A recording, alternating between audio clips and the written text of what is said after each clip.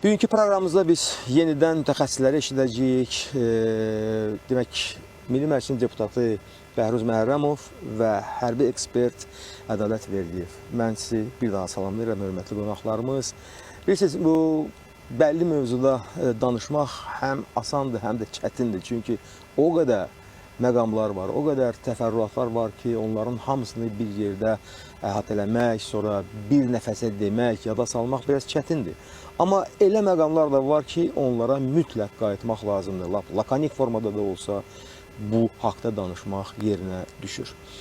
Bəzi müəllim, mən elə giriş sözümdə dedim ki, xalqımız səfərbər idi və həqiqətən də 44 gün çəkən mücadilədə biz olmazın qəhrəmanlığını göstərdik, şücaətimizi göstərdik. Amma mənə elə gəlir ki, ilk növbədə ən tarixi rolu oynayan bizim mənəvi psixoloji hazırlığımız idi və dövlət başçısı bilirdi ki, onsuz da biz torpaqlarımızı azad etməliyik.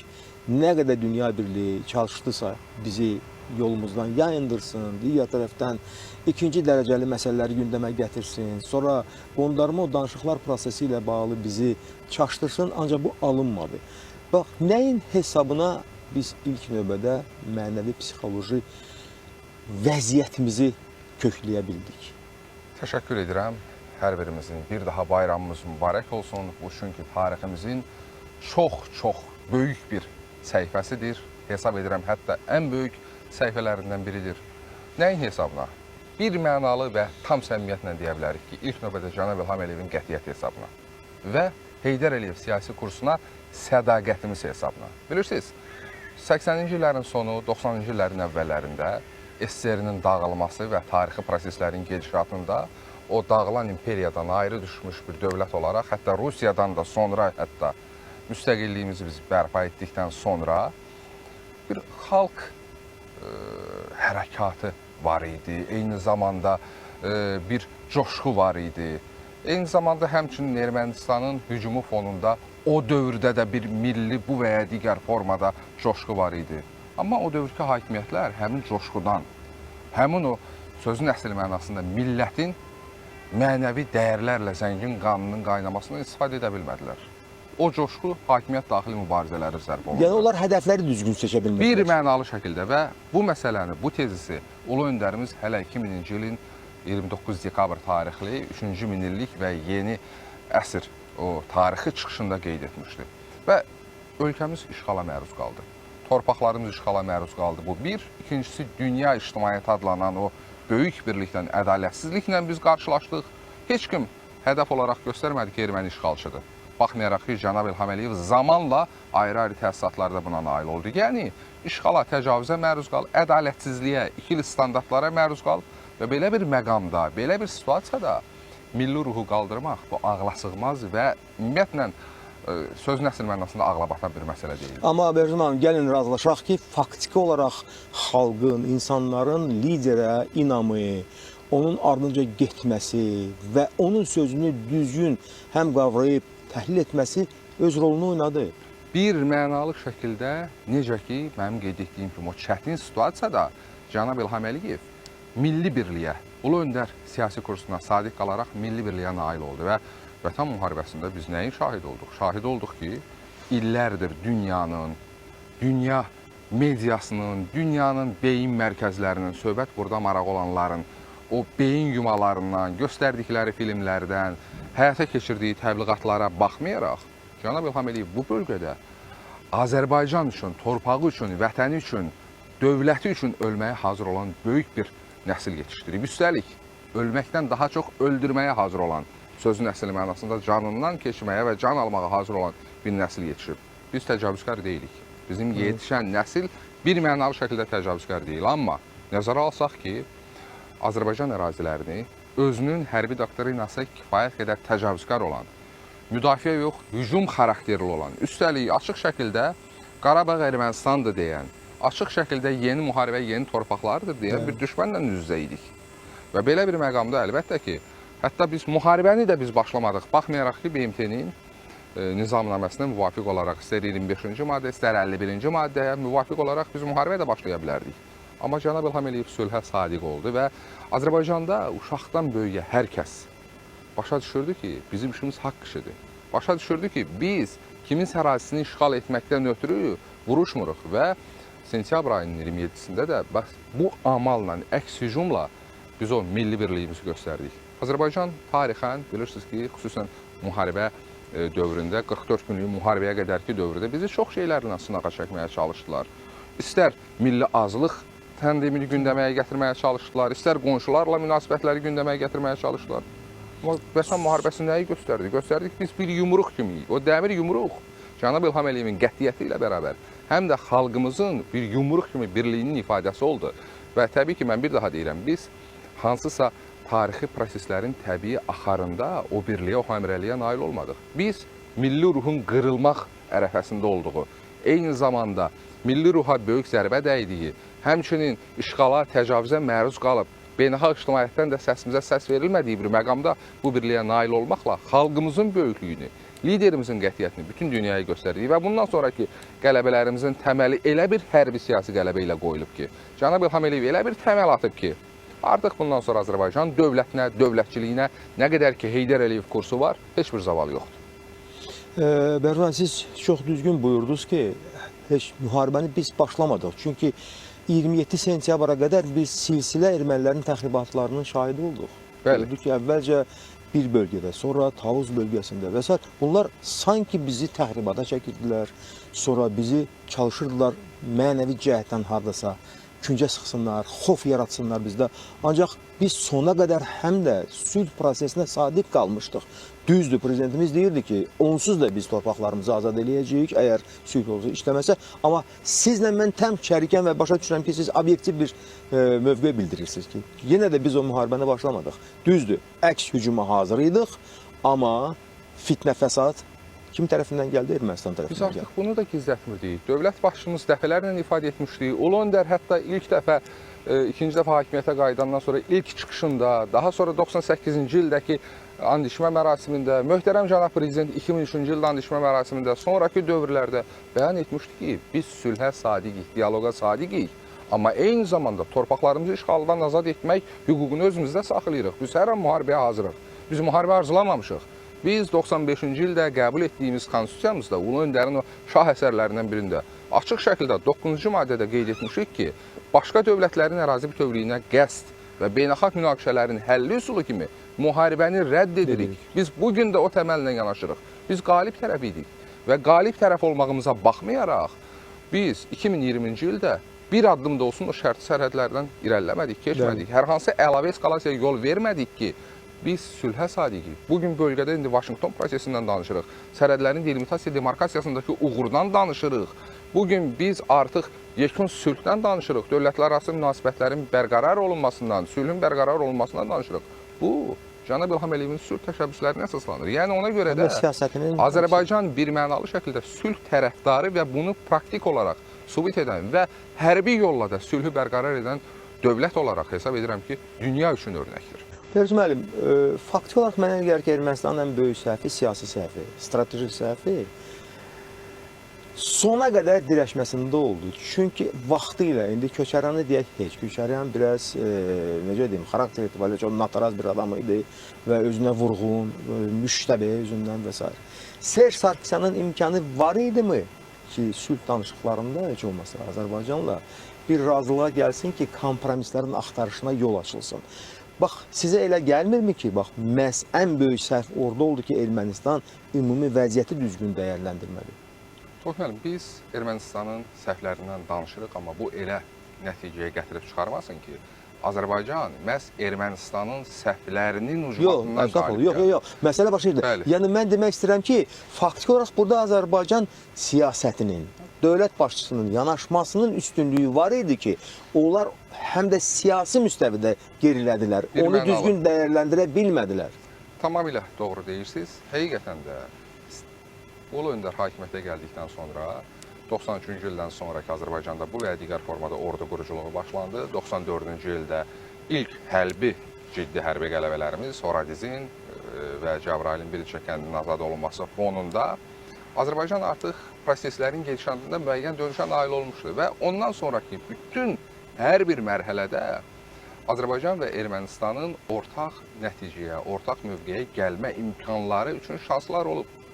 Ermənistanda mifik dənizdən dənizə böyük Ermənistan, Ermənistanın böyük erməni ordusu, böyük millət və s. Bunlar hamısı Ermənistanın özünü məhvə doğru apardı. Uydurmalar da Bax, fantaziya. bu uydurmalar Ermənistanı bu illər ərzində müstəqil dövlət olmağa imkan vermədi. Suverenliyini, iqtisadiyyatını, nəqliyyat, energetika sistemini, ordusunu başqa dövlətin alətinə çevirdi və nəticə itibarilə bu bölgədə maraqlarını hərbi yolla təmin etmək istəyən, eyni zamanda bu bölgədə maraqlarını bütövlükdə hərbi münaqişələrdən istifadə edib təmin etmək istəyən qüvvələr Ermənistan alətə çevirdilər və açığı bugün bunu biz yalnız demirik. Bunu eyni zamanda artıq Paşinyan özü çıxışlarında ifadə edir ki, Azərbaycan və Ermənistan arasında sülhə nail olması bu bölgədə hərbi münaqişəyə öz maraqlarının təmin üsulu kimi baxanları artıq bölgədən uzaqlaşdırmış oldu. Yəni bunu Ermənistan özü artıq etiraf eləyir. Bəli, istər Sarkisyan, istər Kaçaryan, o cinayətkar cütlük, bunlar birmənalı şəkildə sülhə doğru bir addım da olsun atmayıblar.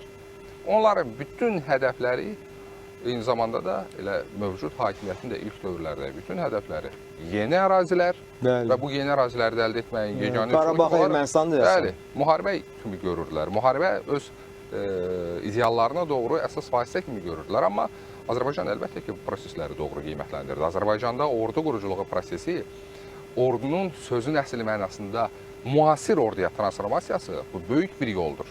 Bu elə bir yoldur ki, bilirsiniz, hər kəsin pulu ola bilər, hər kəsin təbii sərvəti ola bilər, amma həmin təbii sərvətlər potensiala çevrilirmi? Həmin təbii sərvətlər müdafiə sənayesinə, insan kapitalına çevrilə bilirmi? Cənab Prezidentin çox gözəl ifadəsi var ki, ən müasir silahlar belə əskərsiz, ordusuz, ruhsuz heç nədir.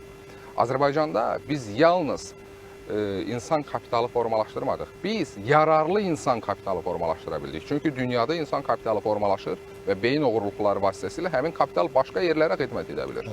Cənab İlham Əliyev elə bir siyasi konfigurasiyaya nail oldu ki, yetişdirilən insan kapitalı milli həmrəyliyin vacib parçası oldu. Yetişdirilən insan kapitalı ordu quruculuğunun, müasir Azərbaycan müdafiə sənayesinin qurucularına çevrildilər və əlbəttə ki, bu bizi qələbədən qələbəyə daşıdı. İstənilən halda mən bir daha o qənaətdəyəm ki, Azərbaycanın qələbəsi sözün əsl mənasında uğurlu siyasətin, Azərbaycanın qələbəsi güclü ordu quruculuğunun, milli həmrəyliyin nəticəsidir və əlbəttə qələbəmizin digər çox mühüm cəhəti isə bu qələbənin mütləq xarakter daşımasıdır. Bilirsiniz, qələbələr çox olub tarix boyu. Elə Birinci Dünya Müharibəsi, İkinci Dünya Müharibəsi ən əsas mən müharibələrin üzərinə fokuslanım. Mütləq qələbələr olub, amma o qələbələr bir nəfərin qələbəsi deyil. O kollektiv qələbədir. Biz okeanın o tayından baxsaq, Amerika onu öz qələbəsi sayır və öz tərəfdaşlarının qələbəsi sayır. Okeanın bu biri tayından Rusiya bunu öz qələbəsi sayır, SSR bunu öz qələbəsi sayır və tərəfdaşları ilə birlikdə. Azərbaycanın qələbəsi isə heç bir kollektiv əməyin məhsulu deyil. Bu birmənalı şəkildə Azərbaycan dövlət başçısının, Azərbaycan xalqının bir dövlətin qələbəsidir və mübahisəsiz mütləq qələbədir. Və üstəlik elə bir qələbədir ki, özü ilə çox ciddi şəkildə siyasi nəticələr və siyasi qələbələrə yol açdı. Üstəlik elə bir qələbədir ki, bu qələbə düşmənin potensialını, təcavüzkar potensialını əzdi. Amma eyni zamanda Ermənistana o şansa da verdi ki, suveren olsun, müstəqil olsun, bölgədə əməkdaşlıq mühitindən faydalana bilsin. Əslində, bizim bu böyük zəfərimizə, Cənab İlham Əliyevin memar olduğu bu zəfərə görə hər bir erməni 10 illər sonra Azərbaycan prezidentinə, Azərbaycan dövlətinə minnətdar olacaq ki, onları o Qarabağın əsiri olmaqdan, onları o mifik ideyaların əsiri olmaqdan xilas etdi. Əlbəttə, həm də ki, onların əlində olan o işlək hərb kartı ki var idi, biz onu onların əlindən alıb tarixin zibiliyinə tolladıq. Ermənistan dövləti bir plan olaraq yaradılmışdır, bir konfigurasiya olaraq yaradılmışdır. Bir layihədir də. Bəli, layihə olaraq. Cənab İlham Əliyev o layihəni darmadağın edib, onlara normal dövlət qurmaq şansı. Amma indi bir şans əldə edirlər ki, bəli, siz istəsəniz dövlətə çevrilə bilərsiniz. Və eləcə də öz sözünüzün də ağası ola bilərsiniz. Çünki siz heç vaxt öz sözünüzü hələ ki, deyə bilmirsiniz. Siz bütün imperativlərinizi, istəklərinizi kimdənsə alıb səsləndirirsiniz. Amma öz sözünüzü desəz, bəlli olar ki, bəli, siz suveren dövlətin əsaslarını artıq qurursunuz, digər tərəfdən siyasətinizi müəyyən edirsiniz, sonra bizim dediyimiz kimi konstitusiyanızı dəyişirsiniz biz bir tələbi irəli sürürük ki, siz bizim torpağımıza göz dikə bilməzsiniz. Və bir daha sizə xatırlatdıq ki, əgər güc imkanlarınıza arxalanacaqsınızsa, o da artıq demək olar ki, vurulmuş kartdır. Tofiq müəllim, biz bugün əslində, məsələn, 2020-ci ildə qələbəmizdən danışanda, 2020-ci ilin dekabr ayında hərbi paradda möhtərəm prezidentin nitqinə diqqət etsək, 2023-cü ildə Xankəndindəki paradımızdan danışanda, qələbəmiz barədə danışanda, o zaman biz daha çox fokuslanırdıq, haqlı olaraq fokuslanırdıq qələbə deyəndə torpaqlarımızın işğaldan azad olunmasına, Azərbaycanın suverenliyinin bərqərar olunmasına. Amma zaman keçdikcə biz o proseslərə daha uzaqdan və daha aydın rakursla baxanda görürük ki, əslində Azərbaycan torpaqlarının işğaldan azad edilməsi, Azərbaycanın suverenliyinin bərqərar olunması bu qələbənin əslində çox vacib, amma tam hissəsi deyil. Bu qələbənin tam hissəsi ümumbəşəri xarakter daşıyır. Bu qələbə Cənubi Qafqaz kimi tarixin heç bir dövründə sülhə, sabitliyə ev sahibliyi etməyən bir coğrafiyaya bütövlükdə sülh gətirir. Bu qələbə sözün əsl mənasında dünya üçün bir ümiddir. Separatizmlə əziyyət çəkənlər üçün bir ümiddir. Cənab İlham Əliyev bu nümunəni yaratdı. Bəli. İşğala, təcavüzə, hərbi siyasi yolla son qoymaq üçün o bəzi xalqlara, dövlətlərə bir ümiddir ki, baxın, bunu etmək mümkündür. Çünki daşa dirənən münaqişələr var, dərsdir və təsadüfi deyil ki, bugün Azərbaycan prezidenti Yaxın Şərq Sülh Samitində dünyanın o düyün nöqtəsində problemlərin həll olunduğu nöqtəyə istinadgah kimi çağırılır. Yaranan nümunənin sahibi kimi nümunə yaratmış, bir konfigurasiya yaratmış şəxs kimi çağırılır. Bu əslində Azərbaycanın böyük uğurudur. Yəni bizim qələbəmiz bizim başa düşdüyümüzdən, bizim dərk etdiyimizdən çox daha böyük mahiyyətə malikdir. Biz bəzən deyirik, yaxın 200 il, 300 il qətiyyən. Bütövlükdə dövlətçilik tarixində, dünya dövlətçilik tarixində bu qələbənin həmişə rolu, həmişə yeri olacaq. Ola bilsin ki, ərazi olaraq kiçik dövlətik. Ola bilsin ki, əhalinizin sayı dünyada təsir edici, nüfuzda, təsir edici miqyasda olmaya bilər. Amma liderimizin vizyonu və qələbəmizin bu böyüklüyü, miqyası əmin ola bilərsiniz ki, bizim Azərbaycan dövlətini, Azərbaycan dövlətçiliyini, Azərbaycan xalqını dünyanın dövrü dəyişən, dünyanın formasiyanı dəyişən bir dövlətinə çevirdi. Bəhruz müəllim, təbii ki, müharibələr başlayanda daha doğrusu, həmişə təbliğat maşınları işə düşür və biz çox böyük dezinformasiya dalğası ilə üzləşdik. Söhbət burada tək Ermənistanın imkanlarından gelmir, xeyr. Havadarları çox idi. Onlar nəyəsə nail ola bildilər. Ümumiyyətlə, bax, bu nəyə hesablanmış hücum idi, bu dezinformasiya dalğası? Həqiqətən də Azərbaycan Vətən müharibəsində, yəni 27 sentyabrda və ondan əvvəlki dövrdə bilirsiniz, Tovuz döyüşləri ərəfəsində və ondan sonraki periyodda Azərbaycan yalnız hərbi hücuma məruz qalmamışdı. Azərbaycan hərbi hücumdan qat-qat təsirli informasiya hücumuna məruz qalmışdı. Və Vətən müharibəsindən sonra terror tədbirləri və ondan sonraki periyodda da biz buna şahidlik etdik. Amerika Birləşmiş Ştatları kimi böyük bir dövlətin senatında senator, orada qrup rəhbəri, komitə rəhbəri əlində foto insanları, jurnalistləri, medianı və senatorları ilə aldadırdı. Böyük telekanallar, milyonluq büdcəsi və milyonluq tamaşaçısı, 10 milyonlarla tamaşaçısı olan telekanallar, dünya informasiya siyasətinə yön verən telekanallar açıq şəkildə beynəlxalq hüquqa zidd təbliğat aparırlar və bu təbliğatı tam utanmadan və sanki Azərbaycan işğalçıdır, Azərbaycan sanki Qarabağ işğal edir, Azərbaycan sanki növbəti Ermənistana qarşı növbəti, yəni ilk yox ha, növbəti soyqırım törədir. Biz bunlarla açıq-açığına qarşı-qarşıya edik. Azərbaycan burada daha bir üstünlüyünü göstərdi. Cənab İlham Əliyev özü Azərbaycanın informasiya siyasətinə də müzəffər lider kimi rəhbərlik etdi. Bilirsiniz, dövlətin informasiya siyasəti həm də daxildən dəstəklənəndə, daxildən o həmrəylikdən gələn güc olduqda kifayət qədər təsirli olur. Vətən müharibəsi dövründə arxa cəbhənin etiraf edək ki, çox ciddi bir yükü olur hər dəfə, hər bir müharibə. Arxa cəbhənin yükünü Heydər Əliyev Fondu və Azərbaycan Respublikasının birinci vitse-prezidenti Mehriban xanım Əliyeva böyük miqyasda, həlledici miqyasda üzərinə götürdü və indi mən, məsələn, Biləsuvarı təmsil edən millət vəkiliyəm. Biləsuvara şəhid ailəsinə bir xəbər gələndə, şəhid gələndə Heydər Əliyev Fondunun nümayəndələri, Mehriban xanımın nümayəndələri orada idi və hər bir şəhid anası bilirdi ki, dövləti onun yanındadır. Birinci vitse-prezident və çox hörmətli prezidentimiz o ailənin yanındadır. Bax, daxildə bu birlik qurulandan sonra, daxildə informasiya ilə, kənardan gələn informasiya ilə sarsılmayan bir mühit formalaşandan sonra cənab prezident də çox rahatlıqla dövlət başçımız da kifayət qədər dünyada tanınan, sözünü deyən böyük alimdir, diplomatdır.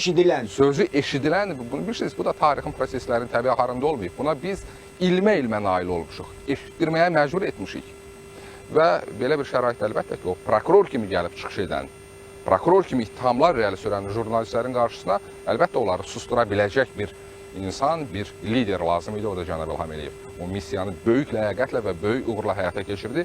Tam əminliklə demək olar ki, biz nəinki o informasiya selinin qarşısını ala bildik, cənab İlham Əliyev Karaverla üsulu ilə həmin o hücumları elə o düşmənin özünün sözün əsl mənasında əleyhinə çevirdi və o hücumlar əslində Azərbaycanın bir növ təbliğatına çevrilə bildi. Azərbaycan prezidenti buna nail oldu və təbii ki, müharibədən biz yalnız hərbi siyasi qələbə ilə yox, həm də böyük informasiya qələbəsini qazanmış tərəf olaraq çıxmış olduq. Deməli, onların da qazancı, dırnaqarası qazancı, məğlubiyyətdən bir pay oldu. Ermənistanın götürdüyü məğlubiyyətdən bir pay. Çox gözəl ifadə edirsiniz, konseptual ifadə edirsiniz. Bəli, kim ki, həmin dövrdə işğala, təcavüzə, həmin dövrdə təcavüzkar müharibəyə dəstək verirdi, kim ki, Azərbaycanın beynəlxalq hüquqla tanınan haqlarını görməzdən gəlirdi, onlar avtomatik olaraq oldular məğlub tərəf və biz yalnız Ermənistana ona görə deyirik, yalnız Ermənistana qalib gəlmədik. Biz yalnız Kaşaryanın, Sarkisyanın cinayətkar kimliyinə qalib gəlmədik. Onun cinayətkar işğalçı ordusuna, işğalçı mahiyyətinə, işğalçı təcavüzkar doktrinasına qalib gəlmədik. Biz həm də havadarlarına, beynəlxalq hüquq düşmənlərinə, beynəlxalq hüququn ümumi tanınmış normalarında əksini tapan o prinsipləri tapdayan insanlara, güclərə, qüvvələrə qalib gəldik.